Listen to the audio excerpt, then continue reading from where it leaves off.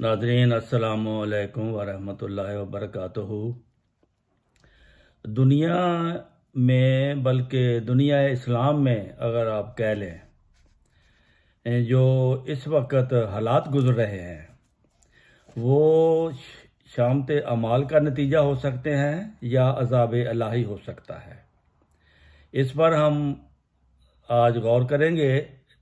अगर हम दुनिया पर नज़र दौड़ाएं तो पूरी दुनिया में हमें सिर्फ इस्लामी ममालिक ही ऐसे नज़र आते हैं जो ज़ेर अताब हैं। बाकी गैर मुस्लिम और काफिर दुनिया, जिनको हम काफिर समझते हैं, वो दुनिया पर हुकूमत भी करती है और ख़ुद मज़े से रह भी रही है। सारी की सारी मुस्लिम रियासतें गैर मुस्लिमों की मरहून मिन्नत हैं। इनके बगैर उनका गुजारा हो ही नहीं सकता। जिंदगी के हर शोबे में इनको उन गैर मुस्लिमों, काफिरों, यहूदियों, चाइना वालों सब की ज़रूरत पड़ती है। उनके बगैर ये एक कदम भी आगे नहीं बढ़ सकते। ये हम एक एक करके इन्होंने मुस्लिम हुकूमतों को या तो मलियामेट कर दिया या तख्ते उल्ट कर अपनी मर्जी की हुकूमतें कायम कर ली और मजमूई तौर पर मुसलमानों की कमर इन्होंने तोड़ी है। हर मुल्क की जो भी सर उठाता है मुल्क, उसकी ये कमर तोड़ने के दर पे हो जाते हैं।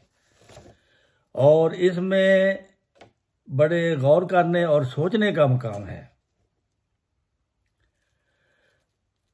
कि तरक्की के असूल दुनिया में और दीन में, तरक्की के असूल तो इस्लाम ने कुरान में बताए हैं, मगर कोई मुस्लिम हुकूमत उन पर अमल नहीं करती। जिधर भी देखो बड़ी बड़ी बाइज्जत रियासतें जिनका इस्लाम में बड़ा नाम है और वो अपने आप को इस्लाम का माल के कुल समझती हैं, वो इस्लाम पे अमल नहीं करते और इस्लाम के ख़िलाफ़ अमल करके उन्होंने अपना भी बेड़ा गर्क किया और अपनी कौम का भी बेड़ा गर्क किया।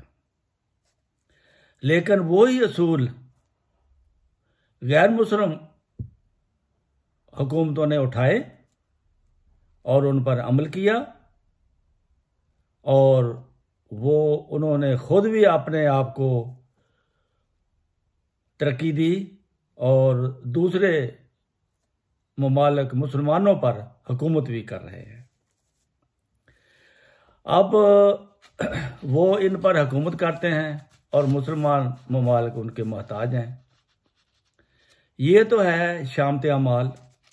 जब आपने रसूल करीम सल्लल्लाहु अलैहि वसल्लम के या अल्लाह के अहकाम की खिलाफ वर्जी करनी है तो फिर आपको तरक्की किस तरह मिल सकती है। दूसरी वजह इसकी अज़ाब इलाही हो सकता है। खुदा ताला कुरान शरीफ में तो फरमाता है कि वमा कुन्ना मुअज़्ज़िबीना हत्ता नबअस रसूला, कि मैं अजाब को नहीं भेजता जब तक कि अपना नबी या रसूल न भेज लूं। तो जब रसूल का कौम इनकार करती है तो फिर और उसकी तकज़ीब करती है तो फिर उन पर मुख्तलिफ सूरतों में अज़ाब इलाही आता है। तो समुंदर में तूफ़ान की सूरत में अज़ाब इलाही आता है, जैसा कि फ़िरौन को समुंदर ने गर्क किया। और इसी तरह फिर बारिश की सूरत में बेवक्त बारिश का हो जाना, ये भी अज़ाब इलाही का हिस्सा है। बेवक्त हवाओं का चलना, जखड़ और तूफ़ान आना, हवा में हो या समुद्र में हो, टिड्डी दल का अजाब आ जाना, मेंढक का अजाब आ जाना, बेवक्त बारिश का अजाब आ जाना। बेवक्त बारिश आ जाए तो सारी फसलें तबाह हो जाती हैं। तूफान का अजाब आ जाना, जल्जलों का अजाब आ जाना, महंगाई का अजाब आ जाना, नालायक हुक्मरानों का अजाब आ जाना। जो इस काबिल नहीं होते उनको हुक्मरान बना दिया जाता है और वो कौम का बेड़ा गर्क कर देते हैं। ताउन का अजाब आ जाना और समुद्री तूफानों का अजाब आ जाना। ये तूफानों ये अजाब इलाही की किस्में हैं। कभी अल्लाह ताला पहाड़ों को उल्टा देता है, जलजले लाता है, ज़मीन फाड़ देता है, कभी दुश्मन को मुसल्लत कर देता है, कभी दुश्मनों से मरवाता है, जैसा कि आजकल हो रहा है।